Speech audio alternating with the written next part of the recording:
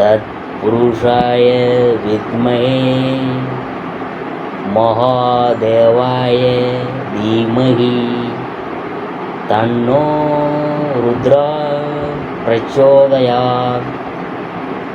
அனைத்து நண்பர்களுக்கும் பிறைசூடன் சார்பாக அன்பான வணக்கங்கள். இந்த வீடியோ பிடித்திருந்தால் லைக் பண்ணுங்கள், ஷேர் பண்ணுங்கள், கமெண்ட் பண்ணுங்கள், மறக்காமல் சப்ஸ்கிரைப் பண்ணுங்கள். வாங்க வீடியோவை பார்ப்போம். ஆயுளுக்கு காரகன் சனி பகவான். சாதகத்தில் சனி பலம் பெற்றிருந்தால் அந்த சாதகருக்கு ஆயுள், நல்ல மனப்பான்கு, சிக்கன குணம், பொறுமை, தத்துவ ஞானம், வெளிநாட்டு வாசம் ஆகியவற்றை அருள்வார். நீதிமானாக செயல்பட்டு அவரவரின் முன் வினைகளுக்கு ஏற்ப உரிய பலாபலன்களை கொடுத்து மனித வாழ்விற்கு ஒரு அர்த்தத்தை ஏற்படுத்துவார் சனீஸ்வரர். கிரகங்களில் மெல்ல நகர்பவர். அவரை சனைச்சரன் என்று போற்றுகின்றன ஞான நூல்கள். ராசி மண்டலத்தை ஒரு முறை வலம் வருவதற்கு சனி பகவானுக்கு 30 வருஷம் தேவைங்க. அதாவது ஒருவரது வாழ்நாளில் சனி பகவான் 3 முறை வலம் வருகிறார். 3ஐயும் முறையே மங்கு சனி, பொங்கு சனி, போக்கு சனி என்று அழைப்பாங்க. கிரக பயிற்சிகளில் சனி பயிற்சிக்கு அதீத முக்கியத்துவம் உண்டு. அந்த வகையில் வரும் 29/3/2025 அன்று சனி பகவான் தன் சொந்த வீடான கும்பராசியில் இருந்து குருவின் வீடான மீனராசிக்கு பயிற்சியாகிறார். அடுத்த 2.5 ஆண்டு காலம் அவர் குருவின் வீட்டில் அமர்ந்து பலன் தர போகிறாருங்க. அந்த வகையில் இந்த சனி பயிற்சியில் கும்பம், மீனம், மேஷம் ஆகிய 3 ராசிக்காரவங்க 7.5 சனி காலத்துக்கு ஆட்படுவாங்க. 7.5 சனி என்றதும் பயங்கொள்ள தேவையில்லை. அப்படியே அஷ்டமத்து சனி, ஜென்ம சனி போன்ற நிலைமைகளை எண்ணியும் கலங்க வேண்டியதில்லை. சனி பகவான் நம் வினைகளை கரைக்க வல்லவர். இன்ப துன்பங்களை வினைப்படி செயல்படுத்தி வாழ வைப்பவர். சாதகப்படியும் கோச்சாரப்படியும் சனி பகவான் எந்த நிலையில் இருந்தாலும் அவரின் அருளை பெற சனிக்கிழமையில் சனைச்சர நம என்று சொல்லி அவருக்கு 16 வகை உபச்சாரங்களை அளித்து வழிபடலாம். சனி பயிற்சி பலன்கள் 2025ஆம் ஆண்டு கன்னிராசியை பற்றி நாம் பார்க்க போகிறோம். உங்கள் ராசிக்கு 6ஆம் இடத்தில் இருந்து வந்த சனி பகவான் வரும் மார்ச் 29 முதல் 7ஆம் இடத்துக்கு செல்கிறார். இதனால் கண்ட சனியாக அமர்ந்து பலன் தரப்போகிறாரு. இந்த காலத்தில் வழக்குகள் சாதகமாக இருக்க போகுது. பணப்புழக்கம் அதிகரிக்க போகுது. 6இல் இருந்த சனியால் ஆரோக்கிய குறைவு, விபத்து போன்றவை நடந்திருக்கலாம். இப்போது சனி தன விருத்தியை கொடுப்பார். எனினும் இந்த சனி பயிற்சி காலத்தில் எல்லா விஷயங்களிலும் கொஞ்சம் எச்சரிக்கையாக இருக்கணும். குடும்ப அந்தரங்க விஷயங்களை வெளியே சொல்லாதீங்க. விலை உயர்ந்த பொருள்கள், நகைகள், சொத்து ஆவணங்கள் ஆகியவற்றில் அதீத கவனம் தேவை. அதே போல் அரசாங்க வரிகள் விஷயத்தில் அலட்சியம் வேண்டாம். சட்டத்துக்கு புறம்பான வகையில் எந்த காரியமும் செய்ய வேணாம். இந்த வருடத்திலேயே ராகு கேது பயிற்சியும் நிகழ இருக்குது. ஆகவே பயணங்களில் கவனம் தேவை. வாழ்க்கை துணைவர் வழியில் மருத்துவ செலவுகள் ஏற்படலாம். சகோதர சகோதரிகளால் ஏற்படும் கடன் பிரச்சனைகள் உங்களுக்கு தலைவலியை தரலாம். கண்டசனி உறவு சிக்கல்களை உருவாக்கும். கவனம் தேவை. பொருளாதாரத்தில் எச்சரிக்கை வேண்டும். பிள்ளைகள் பொறுப்பாக நடந்து கொள்வாங்க. உத்தியோகம், வியாபாரத்தின் பொருட்டு குடும்பத்தை பிரிய வேண்டியது வரான். சொந்த வாகனத்தில் இரவு நேர பயணங்களை தவிர்ப்பது நல்லது. பிரபலங்கள், வேற்றுமொழிக்காரங்க உதவி செய்வாங்க. அடுத்தது சனி பகவானின் பார்வை பலன்கள். அதை பற்றி பார்க்கும்பொழுது நேரம் தவறி சாப்பிட வேணாம்.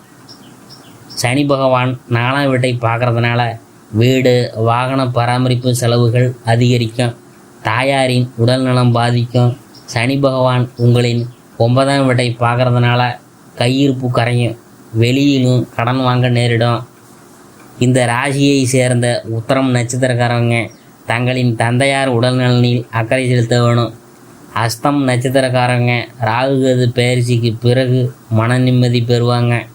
சித்திரை நட்சத்திரக்காரங்களுக்கு சகோதர சகோதரி வகையிலும் சொத்து தொடர்பாகவும் பிரச்சனைகள் ஏற்படலாம். வியாபாரம் மற்றும் தொழிலில் அதீத அக்கறை தேவைப்படும். எதிலும் அலட்சியம் கூடாது. முக்கியமான விஷயங்களை நீங்களே முன்னின்று முடிக்கிறது நல்லது. கடன் விஷயத்திலும் கவனமாக இருக்கணும். புதிய முதலீடுகளில் அகலக்கால் வைக்க வேணாம். பண விஷயத்தில் பலமுறை யோசித்து செயல்பட வேணும். பணியிடத்தில் கோபமும் வேகமும் கூடாது. நிதானத்துடன் நடக்கிறது மிகவும் அவசியம். வீண் விமர்சனங்களை தவிர்த்து விடுங்க. மூத்த அதிகாரிகளிடம் அதிக உரிமை எடுக்க வேணாம். மேல் அதிகாரிகளை பற்றிய அந்தரங்க விஷயங்களை வெளியில் சொல்லி கொண்டு இருக்காதீங்க. சலுகைகள் தாமதமாக கிடைக்கலாம். திடீர் இடமாற்றம் உண்டு. இல்லத்தரசிகளே, உங்கள் உடல்நலனிலும் கணவரின் ஆரோக்கியத்திலும் சற்று கவனம் செலுத்துங்க. அலுவலகம் செல்லும் பெண்கள் சக ஊழியர்களை விமர்சித்து பேச வேணாம். வேலை பளு அதிகரிக்கும். கன்னிராசிக்காரங்க பயப்படும் அளவுக்கு இந்த சனிப்பெயர்ச்சி அமையவில்லை என்றாலும் எதிலும் கொஞ்சம் எச்சரிக்கையாக இருக்கணும். ஆரம்பத்தில் குழப்பமாக இருந்தாலும் ராகுகது பயிற்சிக்கு பிற்பாடு தெளிவும் அமைதியும் பெருகுமுங்க. உத்தியோகத்தை பொறுத்தவரை தடைகள் மற்றும் தாமதங்களை எதிர்பார்க்கலாம். என்றாலும் மனம் தளராதீங்க. நேர்மையாக இருங்க. பணிகள் மலை போல குவியலாம். எனவே குறிப்பிட்ட காலக்கெடுவிற்குள் பணிகளை முடிக்க அதிக முயற்சிகளை மேற்கொள்ள வேண்டியதிருக்கும். சக ஊழியர்கள் நெருங்கிய கூட்டாளிகள் மூலம் நீங்கள் சில ஏமாற்றங்களை சந்திக்கலாம். தொழில் முயற்சிகளில் கூடுதல் கவனம் தேவைப்படலாம். விதிமுறைகளை நன்கு அறிந்து கொண்டு அதன்படி நடக்கணும். தவறான புரிந்துணர்வை தவிர்க்க வெளிப்படையாகவும் நேர்மையாகவும் தொடர்பு கொள்ளணும். இந்த காலகட்டத்தில் குறுக்கு வழிகள் பலனை தர வாய்ப்பில்லைங்க. கடினமான முயற்சி, விடாமுயற்சி, அந்த உழைப்பு தான் உங்களுக்கு சிறந்த ஒரு வெகுமதியை தரும். இது காதலுக்கு சாதகமான காலகட்டம். ஒற்றையர்கள் தங்கள் உணர்வுகளை வெளிப்படுத்தவும் பிணைப்பை வலுப்படுத்தவும் சாதகமாக இருக்கும். உங்கள் காதல் உறவு அர்த்தமுள்ள வரவாக இருக்கும். ஒளிவு மறைவின்றி செயல்பட வேணும். உங்கள் காதலுக்கு பெற்றோரின் ஆதரவு கிட்டத்தட்ட தாமதமாகலாம். ஆனாலும் நம்பிக்கையை இழக்காதீங்க. தன்னம்பிக்கையுடன் செயல்படுங்க. இது இறுதியில் உங்கள் உறவுகளை பலப்படுத்தலாம். எதுக்கும் அவசரப்படாதீங்க. மன அமைதி காண்கிறதில் கவனம் செலுத்துங்க. சில நேரங்களில் விஷயங்களில் உங்கள் கட்டுப்பாட்டிற்கு அப்பாற்பட்டதாகவே இருக்கும் என்பதை ஏற்றுக்கொள்ளணும். விரக்தி அடையாதீங்க. சூழ்நிலையை புரிந்து கொண்டு நடந்து கொள்ளுங்க. அது உங்கள் உறவுகளுக்கு மதிப்பு சேர்க்கும் வகையில் நேர்மறையான ஆற்றலை ஈர்க்குமுங்க. இந்த காலகட்டத்தில் கணவன் மனைவி உறவு ரொம்ப சிறப்பாக இருக்கும். கருத்து வேறுபாடுகள்லாம் நீங்கி நல்ல புரிந்துணர்வு வளரும். வாழ்க்கை துணை உங்களுக்கு ஆதரவாக செயல்படலாம்.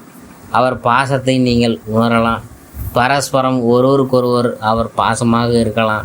சூழ்நிலையை அனுசரித்து நடந்து கொள்வதன் மூலம் உறவில் சமரசத்தை காணலாம். உறவில் மன அமைதியையும் நல்லிணக்கத்தையும் கொண்டு வரலாம். சவாலான காலங்களில் ஒருவருக்கொருவர் துணையாக இருக்கலாம். இது சவால்களை எளிதாக்கும் மற்றும் பிணைப்புகளை வலுப்படுத்தும். இந்த காலகட்டத்தில் உங்கள் சம்பாதிக்கும் திறமையெல்லாம் கூடுமுங்க. வருமானம் சீராக இருக்கும். உங்கள் எதிர்கால நலன் குறித்து நீங்கள் பணத்தை சேமிக்கலாம். நீங்கள் எதிர்காலத்தை திட்டமிட்ட சிறந்த ஒரு நேரம்தான். புத்திசாலித்தனமாக செயல்படணும். சில எதிர்பாராத செலவுகள் ஏற்படலாம். நிதி விஷயங்களில் முனைப்புடன் இருக்கிறது உங்களுக்கு மன அமைதியை தரும். உங்கள் வாழ்க்கை துணையின் நல்வாழ்வு கருதி அல்லது உங்கள் சொந்த நலன் கருதி நீங்கள் அதிக முதலீடு செய்யலாம். பட்ஜெட்டை மனதில் கொண்டு நிதி விஷயங்களை கையாள்வது நல்லது. ஊகவணியம் மற்றும் சரக்கு வர்த்தகம் நேர்மறையான முடிவுகளை தரலாம். ஆனால் எந்த ஒரு முடிவையும் எடுக்கிறதுக்கு முன்னாடி எச்சரிக்கையாக இருக்கணும். தேவையற்ற செலவுகளை தவிர்க்கலாம். நீங்கள் கஷ்டப்பட்டு சம்பாதித்த பணம் உங்கள் எதிர்காலத்திற்கு அடித்தளமாக இருக்கும் என்பதில் நினைவில் வைத்து கொள்ள வேணும். மாணவர்கள் கடினமாக உழைத்து சாதனையை புரியலாம். மாணவர்கள்ட்ட அர்ப்பணிப்பு உணர்வு காணப்படும். அதன் மூலம் நல்ல பலன் கிடைக்கும். போட்டித் தேர்வுகளில் மாணவர்கள் கவனமாக இருந்தால் எளிதில் வெற்றி காண இயலும். கன்னிராசி மாணவர்களில் ஒரு சிலர் தாங்கள் தேர்ந்தெடுத்த துறையில் பிரகாசிக்கலாம். ஆராய்ச்சி துறை மாணவர்கள் தங்கள் முயற்சியின் மூலம் நல்ல முடிவுகளையும் அங்கீகாரத்தையும் எதிர்பார்க்கலாம். உங்கள் அர்ப்பணிப்பு உங்கள் துறையில் முன்னேற்றத்திற்கு வழிவகுக்கும். வெளிநாட்டில் உயர்கல்வி தேடுறவங்க பிரகாசமான எதிர்காலம் இருப்பதாக தெரியுதுங்க. உங்கள் அறிவை சக மாணவர்களுடன் பகிர்ந்து கொள்ளுங்க. மற்றவங்களிடமிருந்து கற்றுக்கொள்ளுங்க. இது ஒரு பெரிய வெற்றிக்கு வழிவகுக்கும். நாம் மேம்பட்ட வாழ்க்கை வாழ நமது ஆரோக்கியம் இடமளிக்க வேணும். எனவே உங்கள் ஆரோக்கியம் மிக முக்கியமானது. அதற்கு நன்கு பேணி காக்க வேணும். அதிக பணிகளில் சோர்வு ஏற்படாமல் இருக்க முறையான தூக்கம் மேற்கொள்ள வேணும். சிறிய உடல் உபாதைகள் இருந்தாலும் உடனடியாக மருத்துவ சிகிச்சையை மேற்கொள்ள வேணும். பழங்கள் காய்கறிகளுடன் சீரான உணவை சாப்பிடுங்க. அதிகப்படியான சர்க்கரை மற்றும் ஆல்கஹாலை நீங்கள் தவிர்க்கணும். உங்கள் முழங்கால்கள் மற்றும் எலும்புகளுக்கு கவனம் செலுத்துங்க. வலுவான எலும்புகள் மற்றும் மூட்டுகளுக்கு உங்கள் உணவில் பச்சை இலை காய்கறிகள் சேர்த்துக்கொள்ளுங்க மற்றும் உடற்பயிற்சியை மேற்கொள்ளுங்க. உங்களுக்கு சிறப்பாக இருக்கும். பரிகாரம் என்னன்னு பார்க்கும்பொழுது, அஷ்டமி திதி நாள் ஞாயிற்றுக்கிழமை செவ்வாய்க்கிழமை இந்த நாளில் ஏதேனும் ஒரு நாளில் வீரபத்திரருக்கு வெற்றிலை மாலை சாத்தி வழிபடலாம். அமாவாசை பௌர்ணமியில் சரபேஸ்வரருக்கு தீபம் ஏற்றி வழிபடலாம்.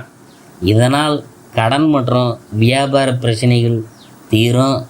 அனுமனுக்கு துளசி மாலை சாத்தி வழிபட சிறப்பான வாழ்வு அமையுமுங்க.